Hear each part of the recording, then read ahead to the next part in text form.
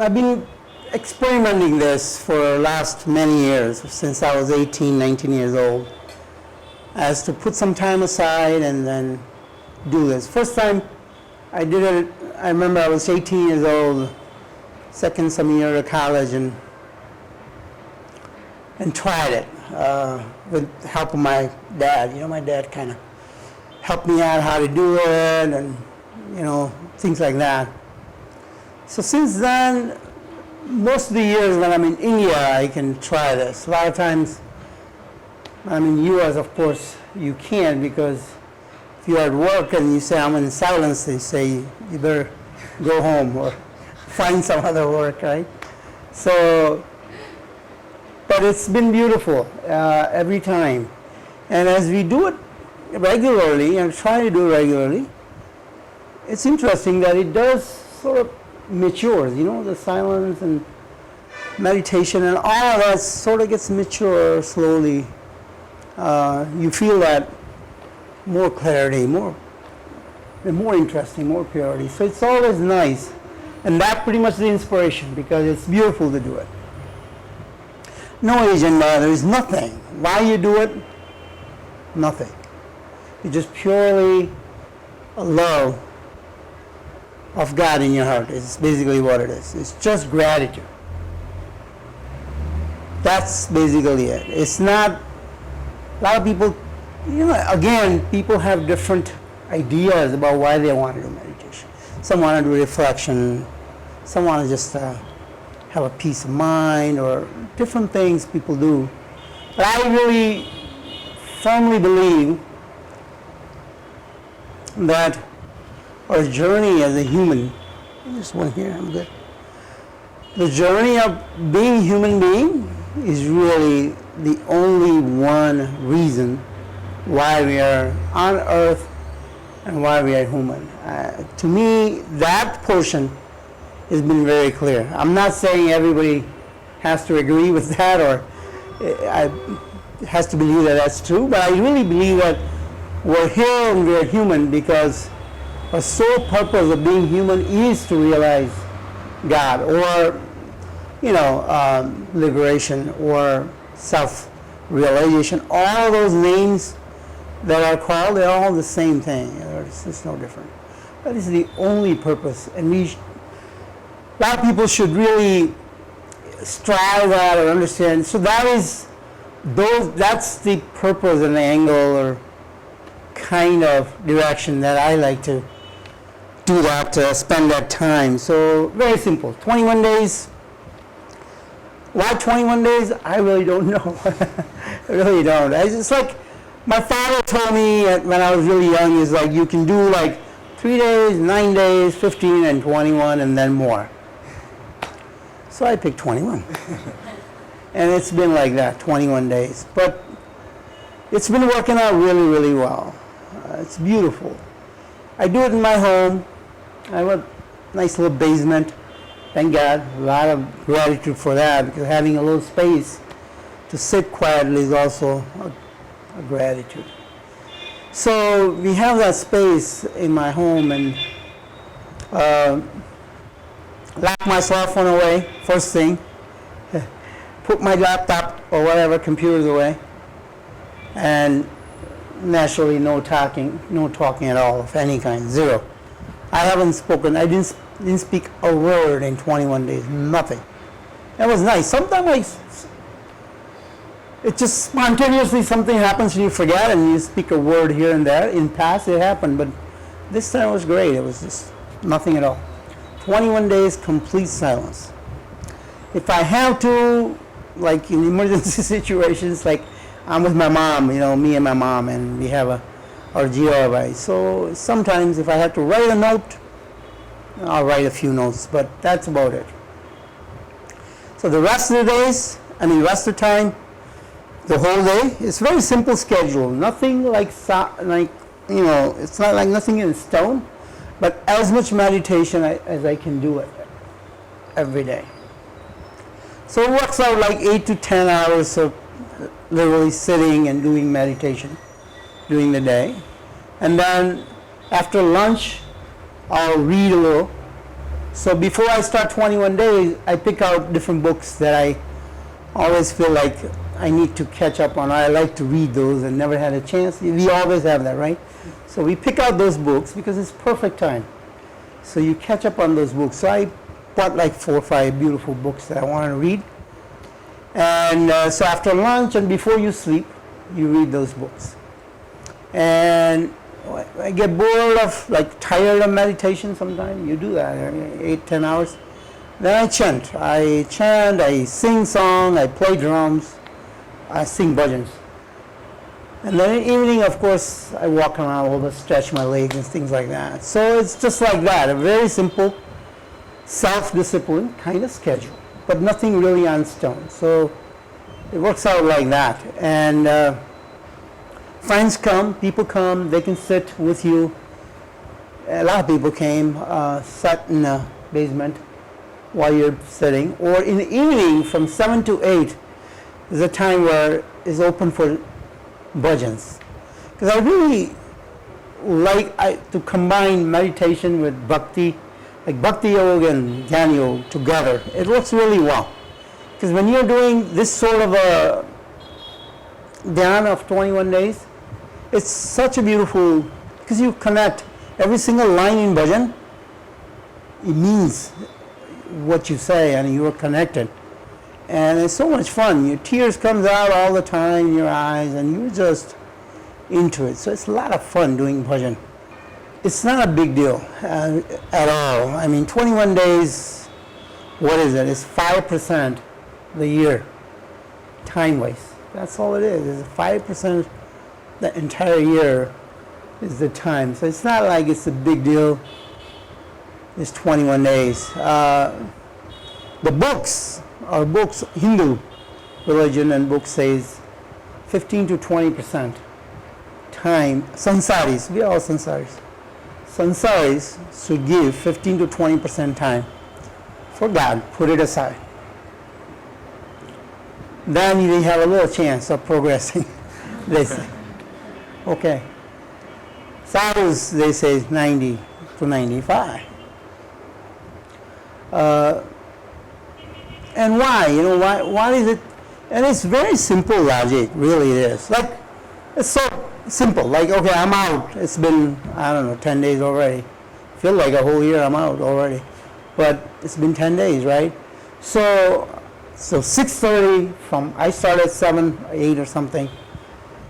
Phone calls to meetings, to visits, to blind schools, to this school, whatever. It was just a bunch of things I did today, right? 6:30 I went home, a lot of intense meetings and discussions. And here I am, sitting down trying to meditate after that kind of day, you know. It just doesn't work that quick, you know. It just took me 10-15 minutes really to gather my mind, slow it down. Where my breathing was slow and my pranayama started a little bit at the end, you know, and that's what it is. You want to put all of that aside and just dedicate and surrender your time, your life, your body, everything to God for those many days. That's what you tell God, say, okay, or God, soul, whatever you want to, it's all same thing. The reason that is when you do that, if you try it, it's a whole other level of meditation, seriously. Because it's just like you sit, third, fourth, fifth minute, you're there. You're here, you're there. It's just so beautiful. Because your mind is so completely quiet and such a peaceful, and you're connected. Even when you're not doing meditation, open eyes, 24/7, you're connected because you're not talking. Because after doing such a silence, it's so interesting. When you start speaking or talking, you feel it. That your voice is coming from here. Where is the जो root बोलते हैं, मूल जो बोलते हैं, कहाँ से आता है, आवाज़ कहाँ से निकलता है? It comes from here, from your soul. So every time we talk, you disconnect with your soul. That's it. Every time you interestingly hear something, you're done. You're disconnected from the soul. Same thing with your eyes. So yes, all these senses, they disconnect you from your soul. So anything that disconnect from your soul, if you try to see somehow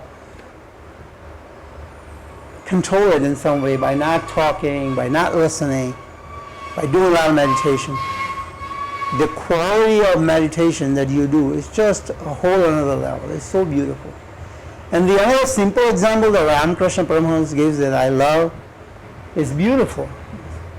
When there's a little kid, baby, and mom wants to cook.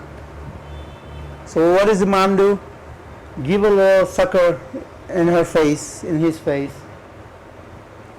Toys, do cha de diye. And then she takes care of her work. She's cooking, making food and things like that. And then baby also wants mom.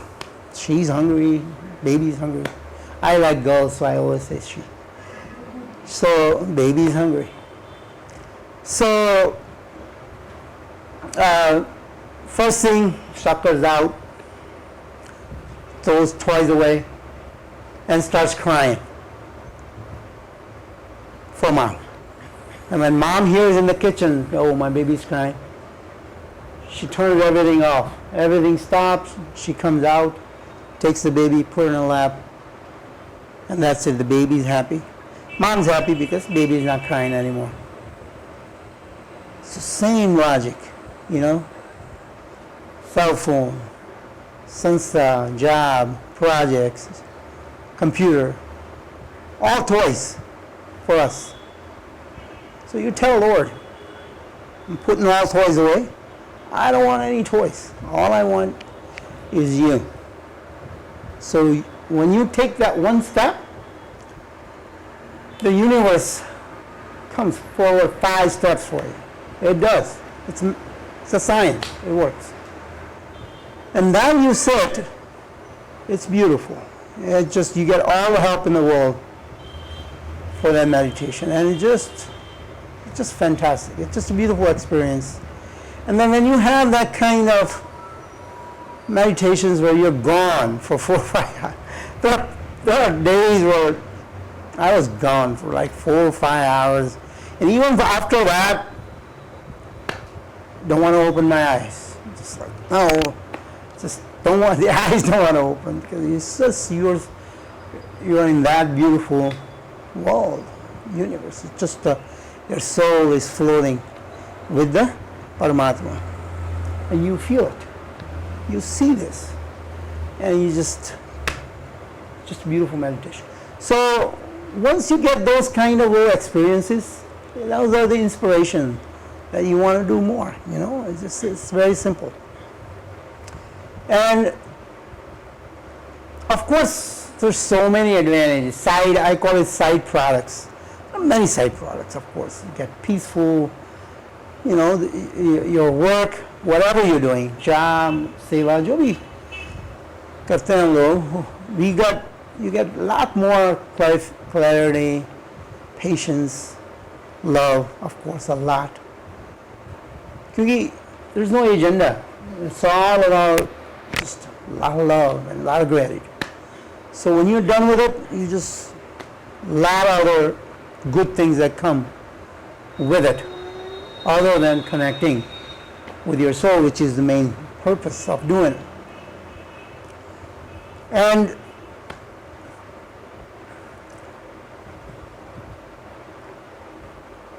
it's a journey. Like I said, every year you feel that it's maturing, it's getting better.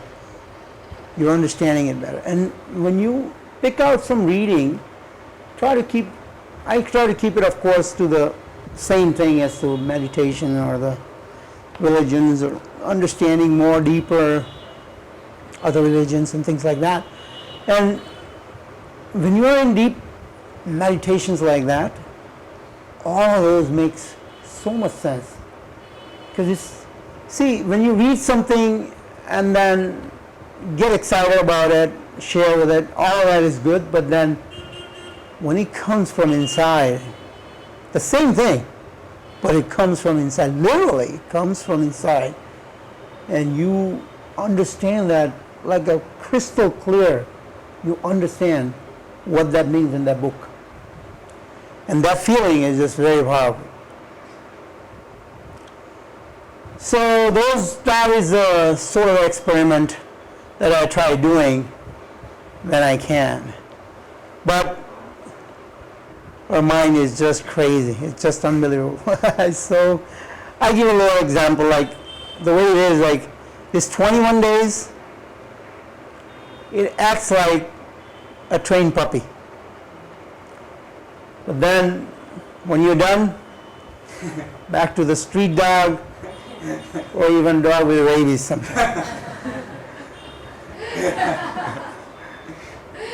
So that's how Maya is. We all know that, how that is. So it's not like you became sadhu or sant because, you guys are done Vipassana. A lot of you guys been experimenting. So I mean, I'm not sharing anything brand new here, but that's how our minds are. Our minds is crazy. Like, first day I didn't want to talk. That's another thing.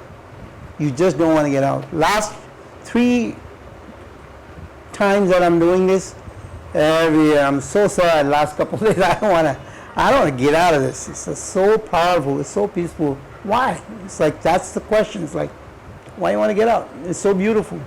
Stay there. And I really feel like staying there. So I don't know, someday it'd be good. 21 days become more, be nice. My mom really gets agitated. She gets bored. She's 80 something. She likes to talk a lot. I tried to tell her, just try one day. Nope. So it gets hard for her because, but anyway, she's great. She's so wonderful. I'm so blessed to have a mom. She tries to take care of me. And she's like, okay, he's home so he can eat warm food, right? He doesn't have to eat out of tiffin. So now he's here, let's make this and let's make that. So I was like, I'm not home to eat here. So don't make a bunch of stuff, because other thing is, literally, starting 3rd day, your appetite just goes away. Literally goes away. I can't eat nothing. In the evening, I can't eat maybe banana one if I can. Even during the lunch, I mean hardly, very little food. Because the energy you generate, it's just a lot of energy. So much energy you have. Just food, who wants food? Don't want food. That's really good, because that way, and it's natural. Those are the help. Those are the 5 steps the universe helps you. That you don't want to eat and you don't have cravings. Your mind starts behaving. You don't remember food. And I was sharing this with our Gramership here also. It's just beautiful. Yeah, I mean, it just helps. Like, like this day is 21 days, you got people visiting, women visiting, all these people visiting, and you see Mataji in everything, it's just beautiful. There's just nothing, no Vishaya, no Vikar, it's just great. But then the other days you see Rekhaji once in a while. That's the joke. But that's how mind is, right? So that's the experiment. Like I say, it's not really a big deal. But I really, really recommend that if you guys are interested in meditation, if you want to go, like really, go a little deeper and want to know more, try doing this. Silence has a huge role to play in the progress of meditation. And it makes, to me, from the last 4 or 5 years, it's so clear. It's just very crystal clear as to why all these people like Raman Maharshi just decided that that's it. In that mountain for 50 years, and I'm not talking, and I'm not seeing anybody. I don't know why. It just makes perfect sense. The minute you come out and start talking, Maharshi's done. That's how it is. That's how it's all made. So we should all try. I mean, whoever is really want to try it should try it at least 3 days. one day. I really feel that 3 days is good. I mean, you guys, like in my, like Manav Sadhna and Gramarshri, we start talking a day or two and this and that. Young kids, 20, 25s and things like that. But here where you guys are already trying something, I would say 3 day would be a good idea, because really first day is like you're trying to stay silent, like not talking, right? Like that. And then second day, your mind's like, I am in silence.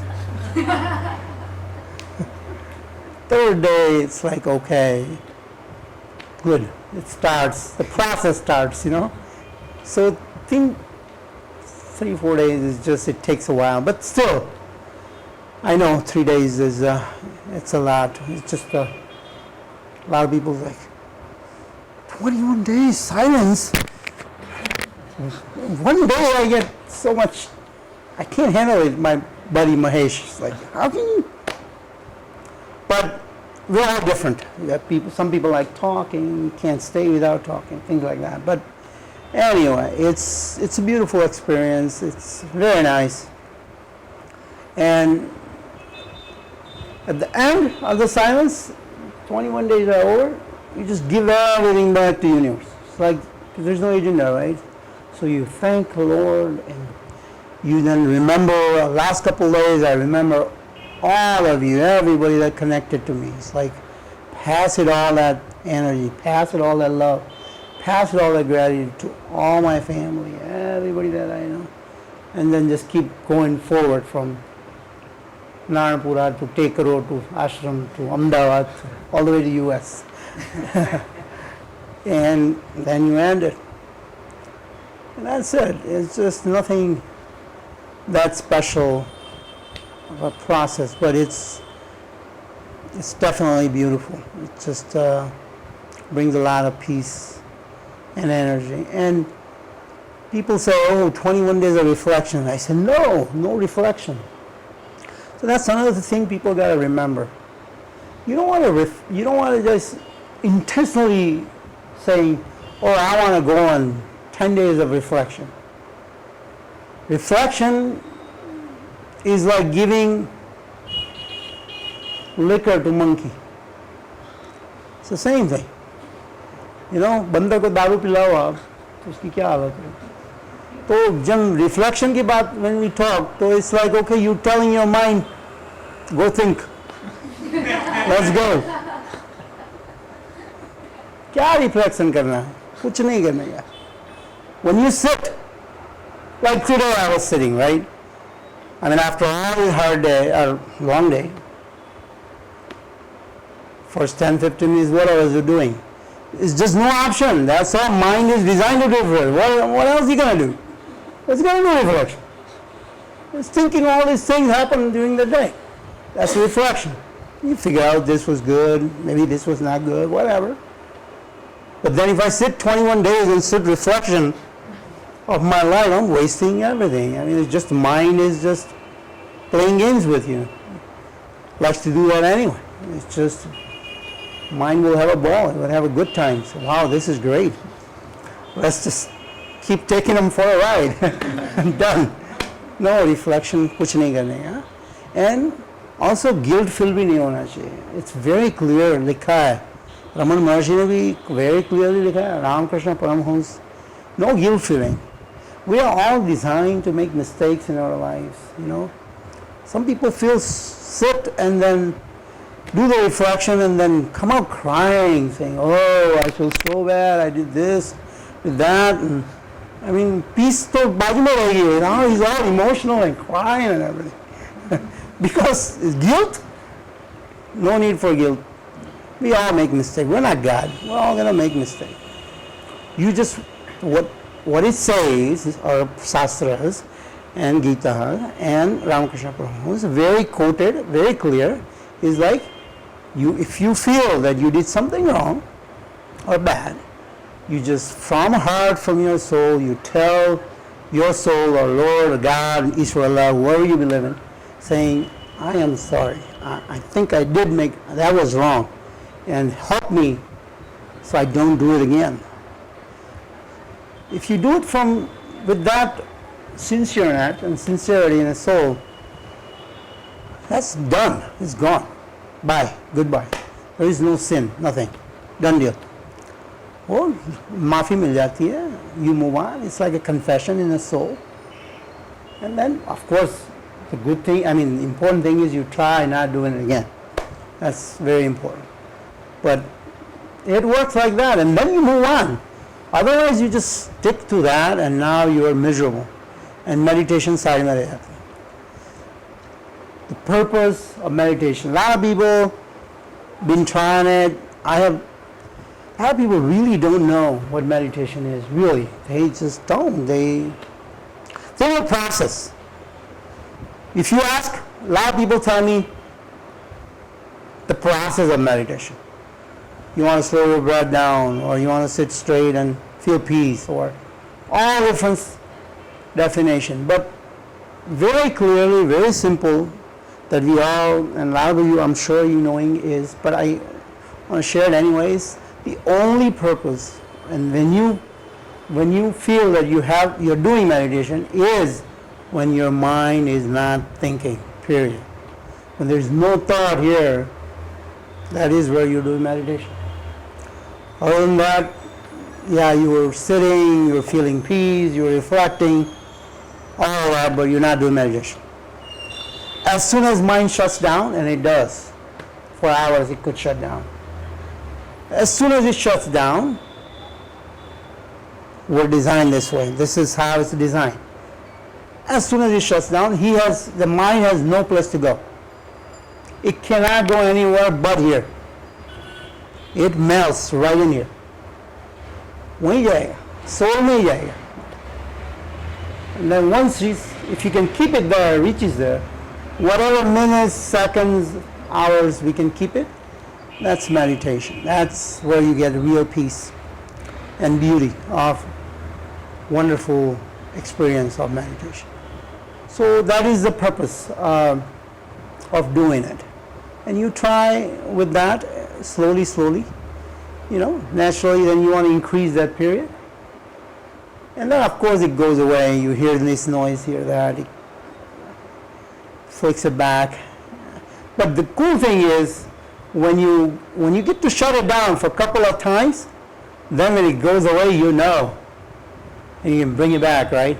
And that's fun, that process. And you keep doing that process eventually, and it just gets better and better and better, right? So that's what it is. I'm sure there's some question.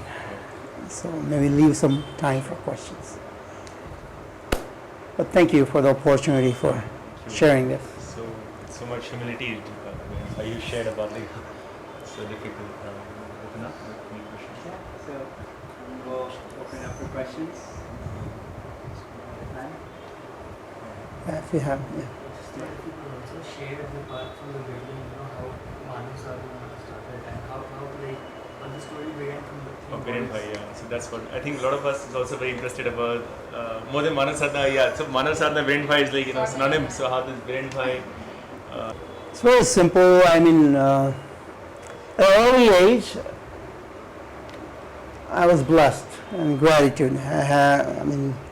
Was very lucky to have a father who was a freedom fighter and very spiritual also. Mom the same way, and was raised in the family like that. And growing up, a lot of good reading, things like that. I was exposed to different things.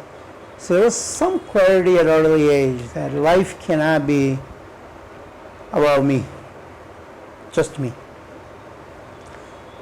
Which is to get education, get a job, get married, have kids, make a lot of money, and get old, and that's it. So it can't be that only. So that was very clear at an early age, and that was beautiful to have that kind of clarity. And that goes to back to Dongarji Maharaj. If some of you know in Gujarat, the famous saint, Dongarji Maharaj. And my father and mother were really into him, followers of them.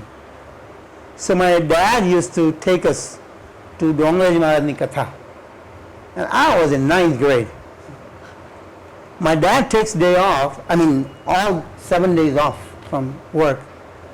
And the whole family has to sit in Katha. Well, at that time it was not fun, believe me. So there's normally a couple 100,000 people sitting in his Katha. That guy was just unbelievable. He was Sukhdevji, really. Sukhdevji of a modern Jamana. Well, you don't know Sukhdevji, but Sukhdevji was unbelievable saint. He was avatar of Shiva. But he comes, he sits and closes his eyes. He doesn't open till 8 hours when the Katha is over. You can feel he's seeing Krishna or Ram, whatever he's talking about. Unbelievable guy. But anyway, he cries while he's doing the Katha. Makes everybody else cry. 100,000 people crying. It's beautiful. Such a powerful environment he created. Ramaraji Maharaj was such a powerful man. His books are there. His Bhagavad, oh my God, it's just awesome. It's Gujarati though, it's not in English. But if somebody can read Gujarati, wants to read it, I really recommend to read his Bhagavad. It's just so beautiful. But anyway, here we are. The whole family have to sit there. The rule was we have to sit before he sits, and we can't get up before he gets. So that was my father's rule. So it's like here we are sitting all day, listening to Ramaraji Maharaj. But then one day, he says something that really opened my mind, my heart at an early age. And that's what he said is like, before lunch he started saying, he said, think, why are you human? આપણે મનુષ્ય કેમ છે? We Hindus believe in reincarnation, right? We believe in reincarnation. And I also believe reincarnation in a huge way. It's a science. It works. So we graduated, કીડી મંકોડા તે બધું કેટલું થયા, right? Bird dog તે બધું થઈને મનુષ્ય થયા. તો મનુષ્ય કેમ થયા આપણે? વાય મનુષ્ય અવતાર મળ્યો? એવો ક્વેશ્ચન એમણે મૂકીને લંચમાં છોડી દીધા કે after lunch I want to hear what you guys say. So I'm like a young in 9th grade, and I'm like, that question stuck to me. I'm thinking. We go home. It's like our home was nearby, so we go home, eat dinner, eat lunch, and come right back before he comes back. That was the deal. So I'm eating, and then I ask my dad, so I don't get it. Why are we human? My dad not going to tell me. My dad's like, oh, yes, you got to figure it out, or wait till he tells you. Keep thinking. So we go back, and he says, beautiful. He explains like a little kid would understand. That's how he was. A little kid can understand. Anybody can understand. He says, okay, if you throw one roti to a dog, she will eat it. Another one, she will eat it. Third one, maybe she will eat it. Fourth one, then she digs a little hole, puts the roti and cover it up, and then thinks that maybe later, or my kids. He said, now I want you to think that what kind of life you're living. Eating all you can, saving a little for you and your family, and then that's it. So then what's the difference between us and the dogs and animals? You're human. You're designed to do more. That's why Lord make you human. So look inside, find God, do something for others. Real peace comes out of helping others and all that good stuff. That really stuck as a kid in my head, and that kind of grew from that. And when I read on different things, I could relate to that, what he told. Things like that. So grew up in Ahmedabad. Tough life. My father, like I said, was a freedom fighter. He quit his education in the middle and then joined service work, kind of. He would go in villages everywhere in Gujarat and teach people cooperative society so that the farmers become independent and strong and they're not exploited. That's what he did all his life. So every day he's gone in some village. and earned very low money.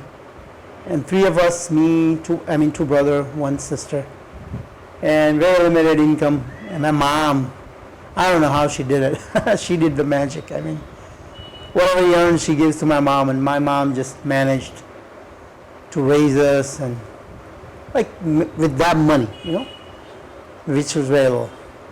So I only had a couple pairs of clothes. I walked to college, school, everywhere. Very limited, but never ever. That was the education and sanskars. Like never ever felt that I don't have things and I need more things. So it was beautiful. But grew up like that, and then got a job after graduation because my dad retired, and then my older brother was still in engineering school, and I got graduated, and he was still paying for the house, and they were struggling, mom, dad. I could see they were struggling. So I right away got a job here in Ahmedabad. Started working a little bit, full time.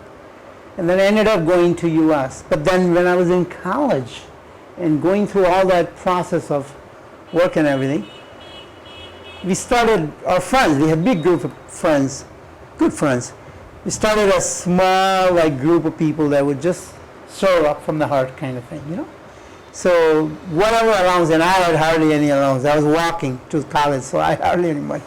But my other friends were blessed and rich. So I was able to inspire them and convince them. So they all pitch in a little bit. And then in our neighborhoods, whatever community there were, the kids, somebody sick, we would go personally, get medicine, food, things like that. And felt really powerful and connected, and felt like, this is, and our friends were powerful too. They also liked it. Things like that's another thing that is just so beautiful when you try doing something like this, meditation or connect with your soul or serving. The universe always arranges things for you. They send you the right people. Alcoholics find alcoholics somehow. इसमें भी ऐसा है, you find people like this, automatic. They just like attract, connects, chain होती है. So I found a lot of good people, good friends, and they're still good friends. Like that, it grew a little bit. I felt good, and then I ended up going to U.S. 82, I went to the United States, me and my brother. Now I wasn't an engineer at the time. I had a bachelor's in accounting. My brother was an engineer. So one thought was like, what am I going to do over there? Maybe I should just hang here, take care of mom and dad, let my brother go. And he's an engineer, he can do more. But universe has better ideas than us, right? So I ended up going. My mom says no, dad says no, sister says no, come on over. So both of us went. First couple of weeks, 82 was rough just like now. No jobs. Bad economy, everything. It's like no jobs. Look for jobs every day. My sister was so kind, so nice. She takes us to work, to look for work and application and this. English, I could talk, but nobody can understand. That kind of. So that didn't help. Interview people said. So, and my brother, even today, he's a little different. He's great brother. Wonderful man. Right now, he's spending 2 hours every day doing Manav Sadhna work. Now that I'm here, somebody's got to do it, right? So much checks and donations and phone calls. All these years, they're just wonderful, wonderful family. But anyway, my brother told me that I only gonna go to work. I'm an engineer, right? He was in GB. So I'm not just gonna go any other job. So I'm gonna wait. So he declared that he's gonna hang and wait for better jobs. I'm like, mom, dad are waiting. There's no money there. I knew they're struggling. So I said, well, I don't care. I don't have an engineering degree anyway. So I'll take anything. So I ended up working in stores and things like that. It was just a long story. but beautiful struggle life, you know. TJ Maxx, the famous store. Yep. Kaparega store, dress store. That's my first job. Irene, a black lady manager, is there. She took my interview. I was for sure, no, my sister was waiting. I said, she's going to say no to me. Also, like other people. And she said, why do you think I should give you this job? Like almost tears in my eyes. Like, I know if you give me a job, I'm going to work hard and I need the job, is all I could say. The rest she couldn't understand. But she got that. And she believed me. So I got a job. $3.35 was the minimum wage at the time. Minimum wage. Now I can hardly talk English, right? Oh, another thing. You have to dress up to work in store. From here, the 2 pairs that I had, I took those 2 pairs over there, right? So they say you have to wear tie. So I asked my brother-in-law, because we lived it with them, with the family. I said, do you have some old ties that I can borrow? So he said, okay. So he scrounged around and gave me like 3, 4 old ties. So with those 2 pairs, whatever tie is available, I just stick one tie on and go to work. And people look at me funny, and I didn't get it, but then now I got it. But no choice, 2 pairs of clothes, here it is, tie, and I'm working, right? So I guess they didn't like the look a lot, so they said, okay, Viren, in a very nice way, they said, Viren, you're going to be working in a warehouse, not on the floor. So, okay, I don't care, whatever, you know, job is a job, right? So they put me in the back. The first job they gave me was terrible. I would put price tags all day, no tickets, and it was women's underwear.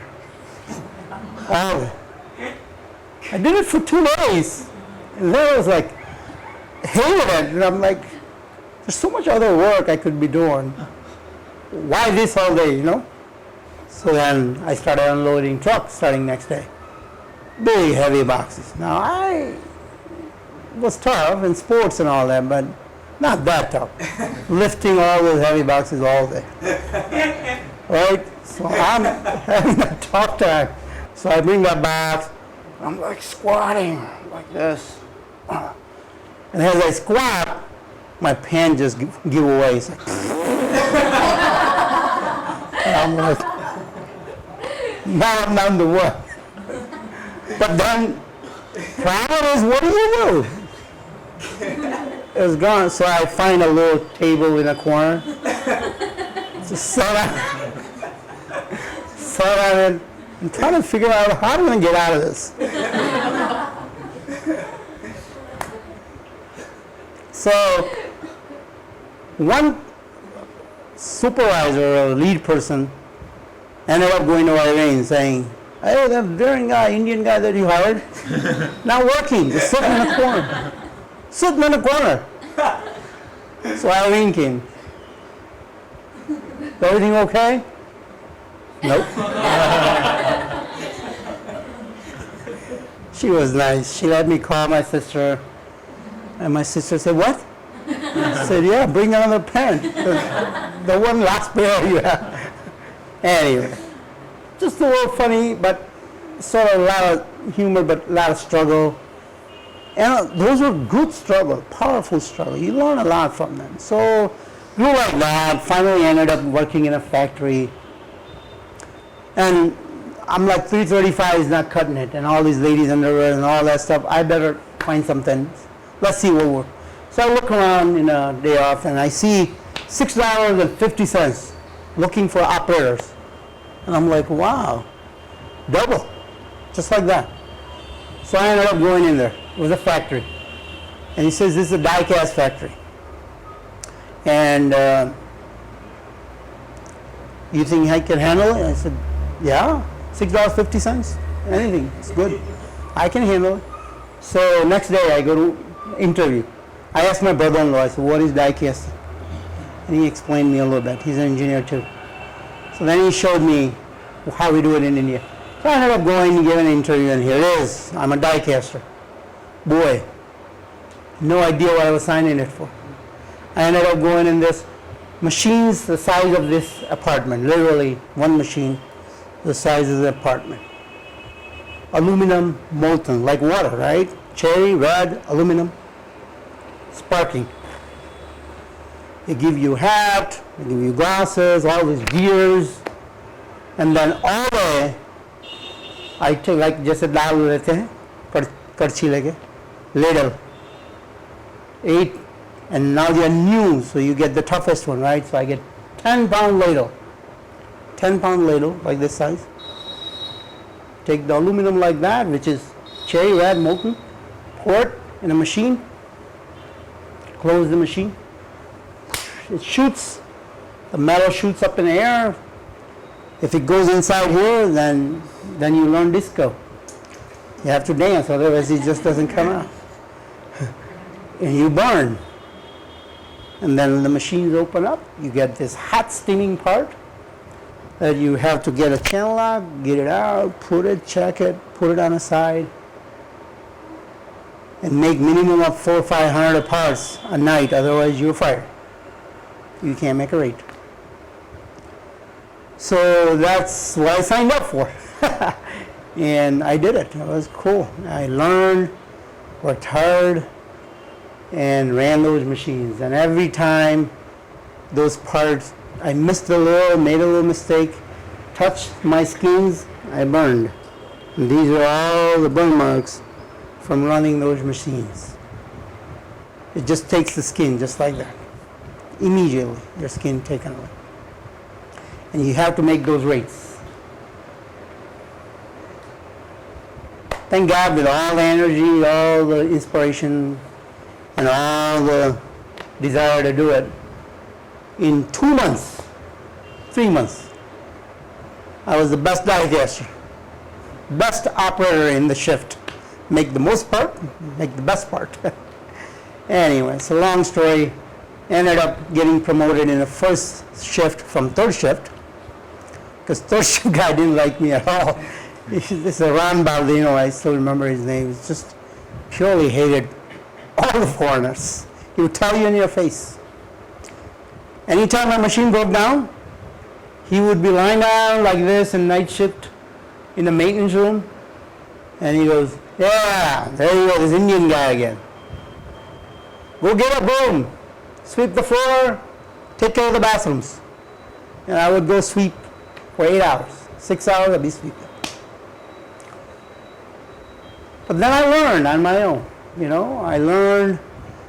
There were some other Spanish, Mexican people that taught me, and then I learned. And I learned how to set up dies. Die is the size of this 8,000 pounds per piece. So you have to lift it up with the crane. The nut is this big, the bolt, and the wrench this big, and you have to lift it with 2 hands, put it on the nut, and tighten all those things to do the setup. And one time it slipped from the nut, the pipe, you had to put one pipe and little hang to make it tight, and it slipped. And as it slipped, my head went like this, I lost the helmet, and then the pipe came in and hit me right here. And I was gone. I was really strong, but I was that. I was just completely gone. I didn't even know when I got census, because nobody was there. It was the third shift, and nobody comes there. Anyway, after a while, it must be like 15 some minutes, I was gone. What is the right thing? How do I go forward? How do I get out? What is it to where I start what my soul wants to do? So ये जो मंथन है वो चालू था. So which is good. You need to do that. And then became went to engineering school in the evening, went to the first shift, became quality control engineer, quality control manager, supervisor, gradually, 6 months, 2 years, 3 years. And felt really good. And I was still 26, 27, something like 28. And I'm like, that's it. enough money for mom and dad, and now I want to try what my soul wants to do. I told my family, this is it.